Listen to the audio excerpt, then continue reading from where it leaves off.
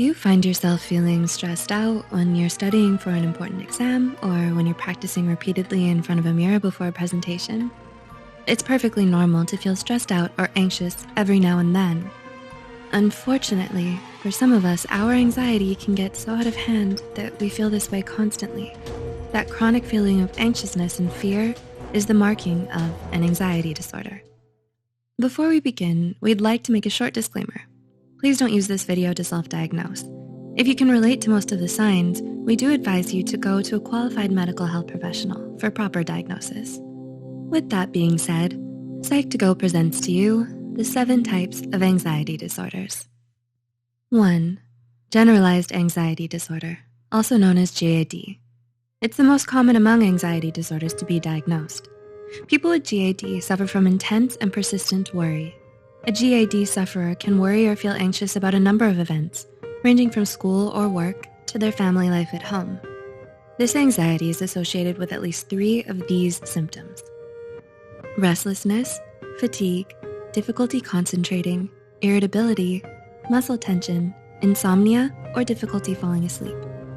People with GAD often can't explain their anxiety using specific fears, like those with more specific anxiety disorders can. This is because their anxiety stems from various stimuli. Those who suffer from GAD can find relief in a number of treatment options, ranging from mindfulness meditation and brisk exercise to cognitive behavioral therapies and medications. 2. Separation anxiety disorder. This type of anxiety is more common in children than adults. For many, the mere thought of separation causes a high amount of stress. People with separation anxiety worry that something unexpected could separate them from their attachment figure, or that their attachment figure will abandon them. This anxiety presents as nightmares of being alone and a persistent refusal to leave their attachment figure. Kids with separation anxiety may be clingy and insist on sleeping with their parents at night. Children often grow out of separation anxiety disorder, but if it persists for 6 months or longer, they should be provided help. Adult sufferers might also find benefit from the available therapies. 3. Social anxiety disorder, social phobia, and selective mutism. Social anxiety disorder, also known as SAD, refers to the fear of public situations and exposure to unfamiliar people. SAD sufferers tend to avoid situations in which they're in the spotlight because they're worried that they'll be embarrassed or judged by others. The thought or the anticipation alone of an upcoming social situation can cause major anxiety-related symptoms like panic attacks or severe stomach pain. People with SAD may show signs of stress in these forms: little to no eye contact, freezing in place, running off, or avoiding tasks like eating in public. Children and adults alike can suffer from SAD, but some children with social anxiety may also have a more intense inability to function in social situations.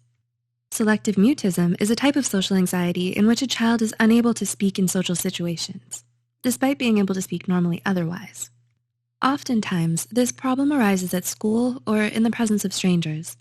If a child with selective mutism is able to communicate at all, they might only be able to nod or whisper. 4. Panic disorder.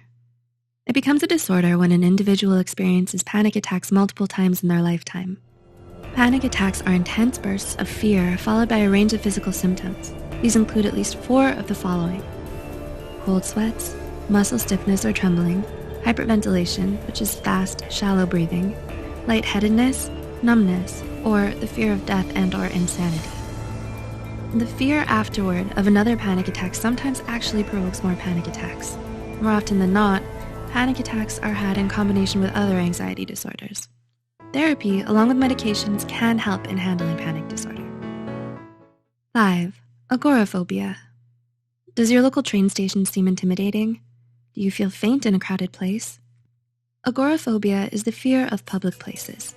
Anxiety arises because they deem them as too open or dangerous.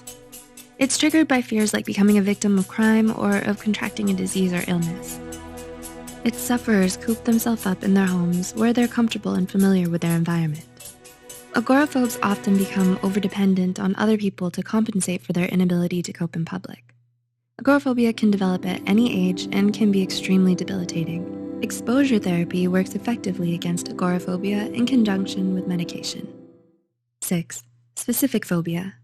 These are persistent and extreme fears about a specific object or situation and cause a ton of stress to the sufferer. Phobias can be environmental, like acrophobia, the fear of heights, and they can be animal-based or even situational, like taphophobia, the fear of being buried alive. Such phobias often arise due to traumatic experiences that cause people to make negative associations with these objects or situations.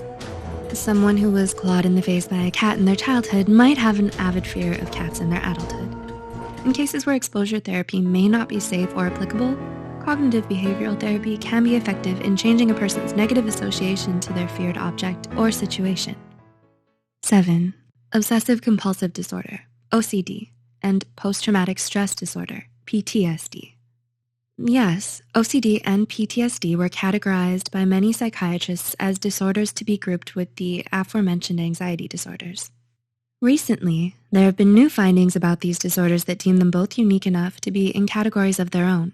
However, this is not to suggest that OCD and PTSD are any less important to deal with.